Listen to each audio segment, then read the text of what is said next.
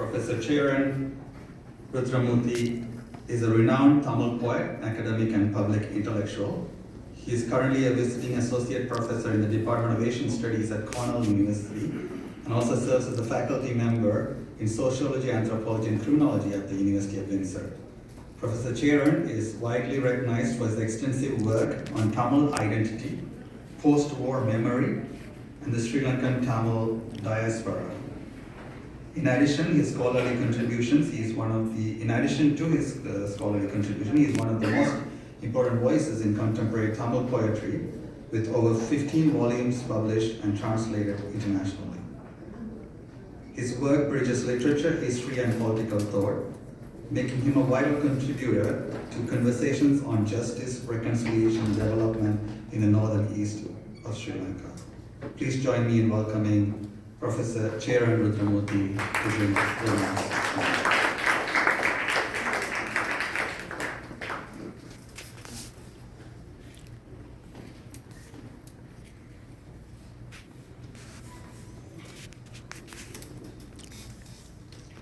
Vanakkam.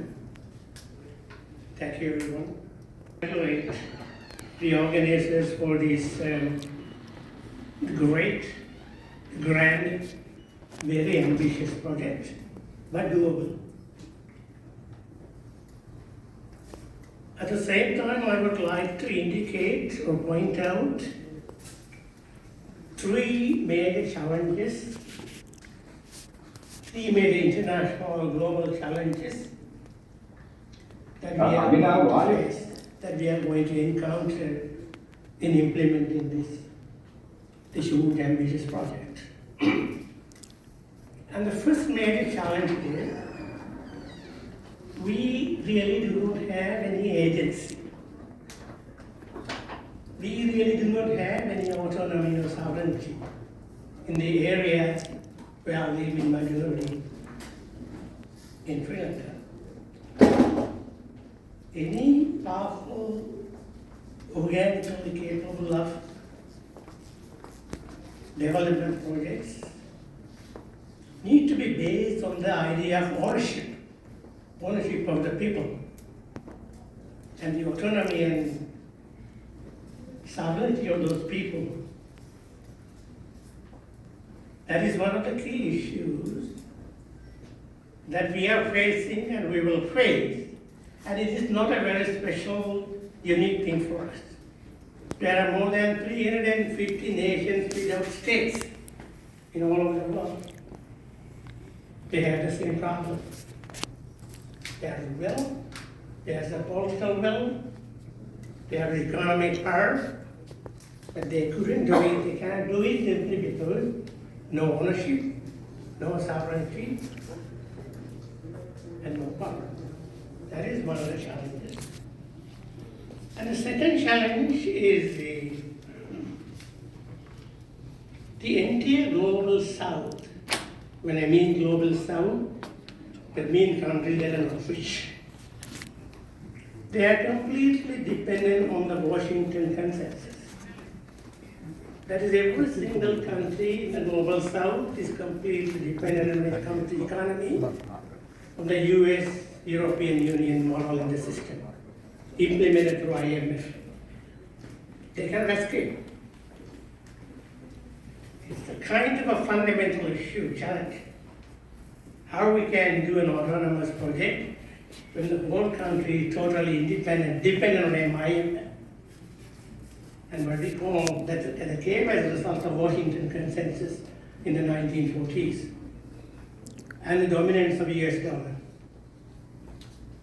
As one simple example would do the challenge. Imagine that the diaspora, all of us, we are going to donate most important, powerful medical instruments to the hospitals in the northern east. As you know, there will be 18% value-added tax. It goes into millions and millions of rupees. But the government should have the power to waive this tax, but they have already signed a contract with IMF that they will do it. So no power at all for the government. 18% value-added tax, even for an emergency ambulance, all the kind of hospitals. There are lots of examples, I do not want to go into detail. This is challenge number 2. Challenge number 3 is a bit theoretically complicated, but I will try to explain. So far, all the countries, whether they are developed or underdeveloped or undeveloped, they have been following the development model, what we call neoliberal Anthropocene model. Do not get scared of this term Anthropocene. Anthropocene simply means human-centered. Everything is so human, but I shouldn't be using the term human because from 1940s onwards, all the major charters, constitutions, and the UN declaration all use the word men. So the women are out. There's no gender parity. So this Anthropocene model simply means we place the humans at the center of everything, at the expense of nature, at the expense of other species, at the expense of other animals, trees, plants. This completely separates the humans from the ecology. So any kind of system that is based on this Anthropocene model will not help us. We need to rethink the entire development model. The neoliberal Anthropocene model, which everyone has been practicing, the underlying point is everything ought to be sold for a profit. Nothing should be free. We have all signed the treaty in 1940s all the way. That is the affordable housing and clean running water and free education is a fundamental human right. How many water bottles out there? This is what I mean, the major challenge. If we cannot simply think out of the box and come up with an idea how we can challenge this neoliberal Anthropocene model, then we are not going to go that far. Man will come there. Everything is so man.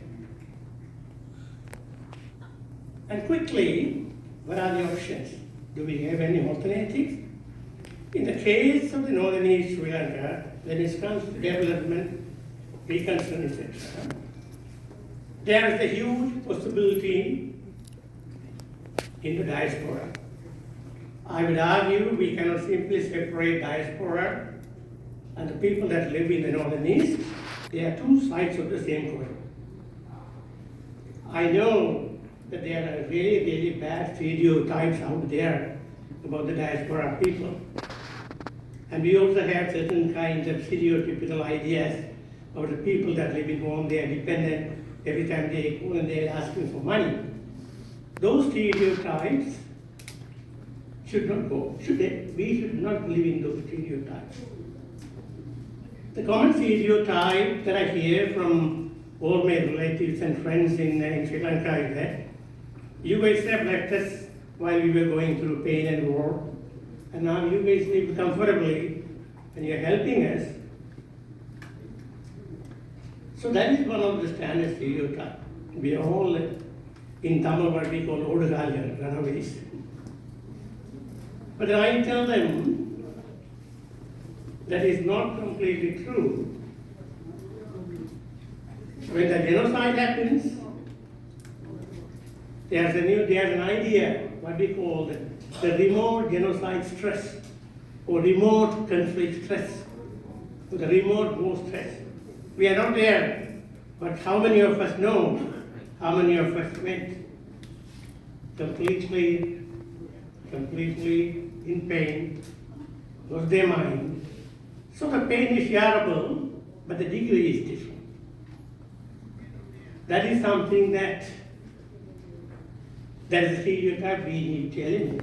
The second stereotype is that, we in the diaspora, we should not think that we are just simply giving money, supporting all kinds of projects, that we have the say in their policies.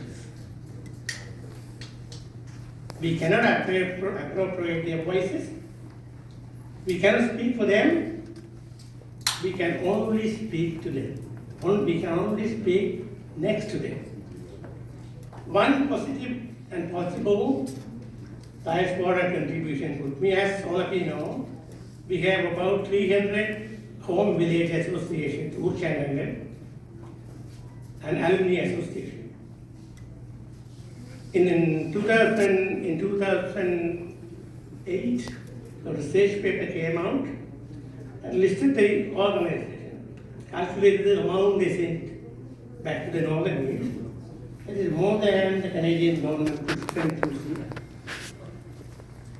Enormous. In a similar way, in Norway, in Germany, and all the other countries where Tamil diaspora is powerful, they have a huge amount of money. But the problem is, we do not have a think tank, transnational think tank, or an organization to coordinate and manage and make sure that it's accountable and democratic.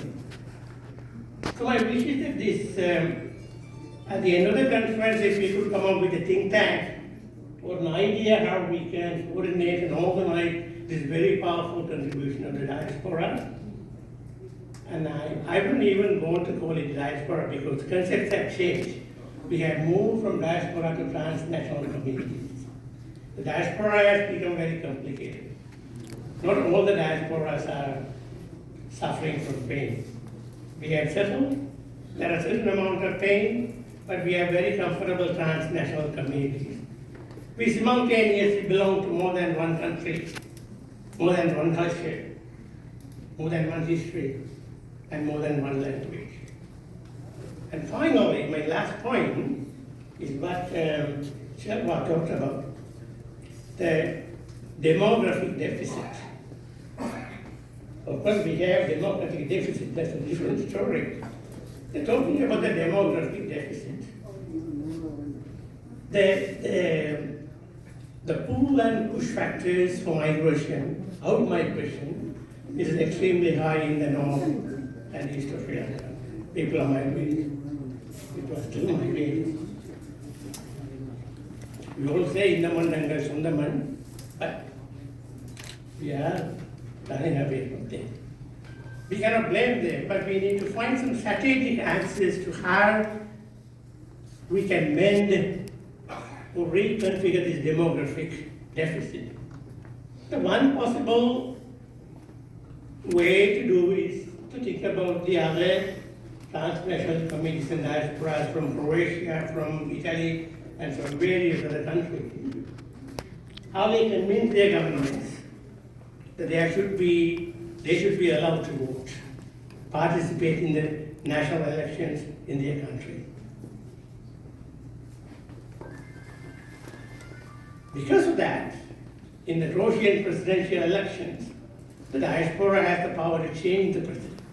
There's so large number of people living in Canada and the US, and their vote counts. So one of the ways, strategic ways for the politicians and the others in Sri Lanka think about it, how we can make a situation where dual citizenship, if people prefer it, it's going to be cheaper, and we should have the right to vote, even if they are not there.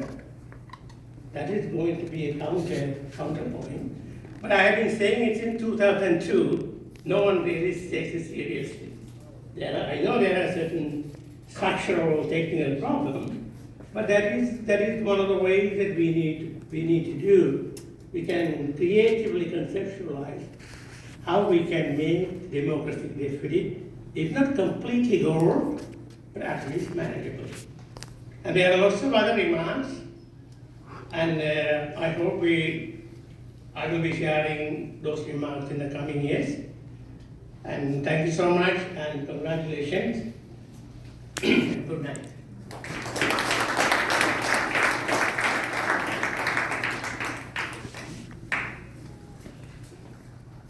Thank you, Professor Charan. The next speaker